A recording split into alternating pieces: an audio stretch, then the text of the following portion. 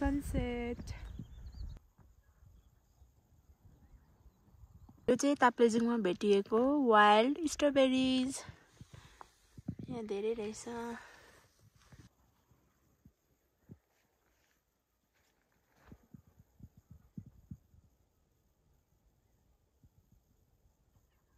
अहिले चाहिँ हामी ताप्लेजुङको सुकेटार एयरपोर्टमा छौँ यो चाहिँ अनि एयरपोर्ट हो यहाँनिर चाहिँ कस्तो राम्रो सनसेटको भ्यू वाउ कति रमाइलो ताप्लेजुङ यतातिर चाहिँ अब फिदिम के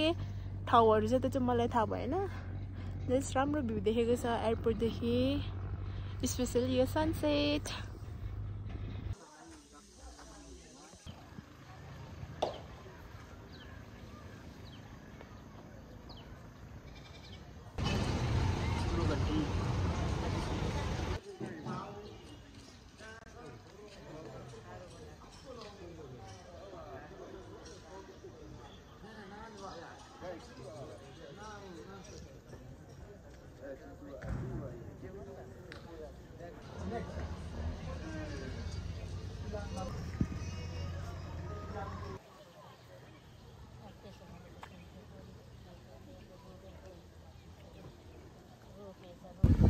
आज चाहिँ हामी ढुङ्गामा पोलेर पर्क सेकुवा खानु आँटेको अनि यहाँ जेठा दादाले चाहिँ अचारको लागि टमाटर पोल्नु हुँदैछ र सेकुवा बनाउनुको लागि चाहिँ ढुङ्गा तताउनु हुँदैछ र म चाहिँ सबैजनालाई रेकमेन्ड गर्छु कि एकचोटि चाहिँ हैन ढुङ्गामा पोलेर चाहिँ पर्क सेकुवा खानु होला एकदम मिठो हुन्छ है अब यहाँ हाम्रो चाहिँ भर्खर सुरु हुँदैछ अहिले चाहिँ म फेरि हैन कस्तो हुन्छ देखाउने छु है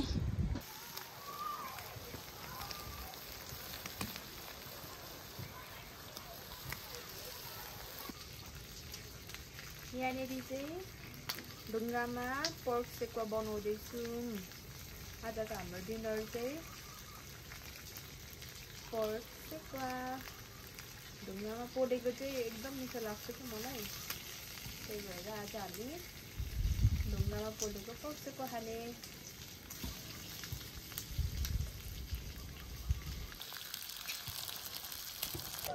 अब यहाँ चाहिँ अचार बनाउनुको लागि सबै सामानहरू रेडी गरिसकेँ अब म चाहिँ चट्ट लाएर टमाटर खोर्सानी लसुन धनियाको अचार बनाउँछु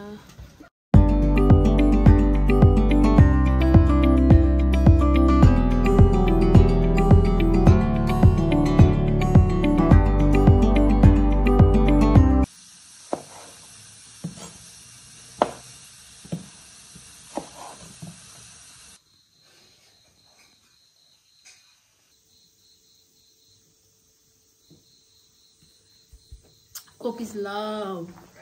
तपाईँले सिसी गरिसकेपछि भयो के लाग्छ भने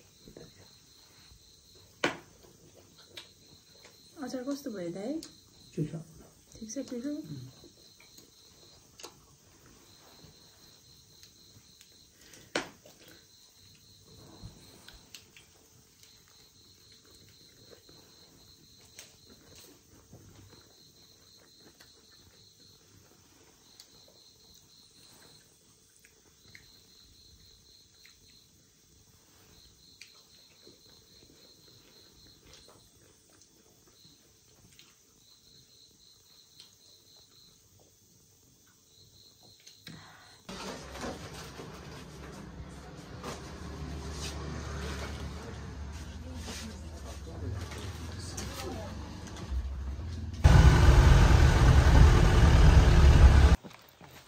अहिले चाहिँ हामी काफ्ले टारमा हो 1 घण्टा अफ रोड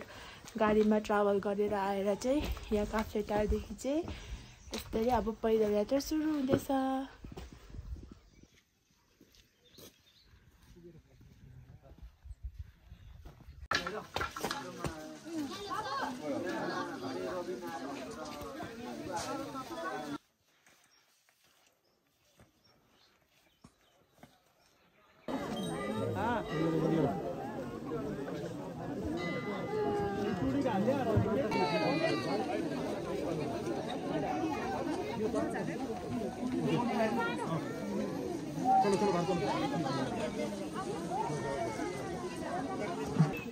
फाइनली हामी चाहिँ के भन्छ 4 घण्टा लाग्यो माथि मन्दिर पुग्नु अहिले 4 घण्टाको बादमा चाहिँ माथि मन्दिर पुगेर दर्शन गरेर अब चाहिँ हामी फर्किँदैछौँ जस खुसी लाग्यो यात्रा सफल भयो होइन बिचमा त्यस्तो केही साह्रो गाह्रो भएन रेस्ट गर्दै आएर अब चाहिँ हामी जाने हामी चाहिँ मन्दिर दर्शन गरिसकेर आएर बाटोमा अब खाजा खाने बेस्ट यो चाहिँ ओभर मिठो लाग्छ मलाई यो बिस्कुट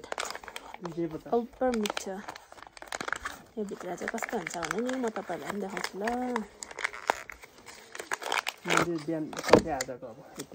टाटा कस्तो मिठो हुन्छ यही हो हाम्रो खाजा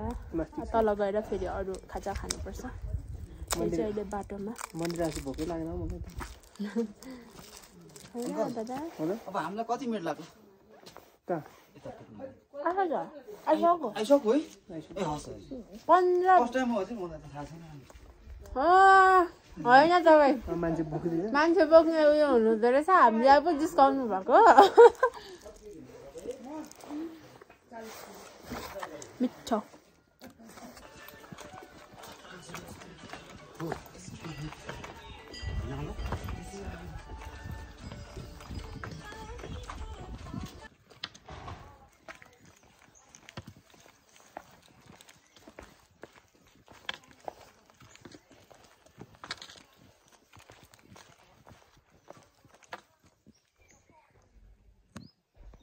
यो देखिएको चाहिँ काफ्लेपाटी हामी चाहिँ यहाँ पुग्नु पर्नेछ है वाक्क लाग्यो हो मलाई अघि त्यो गाडीले पछार्छ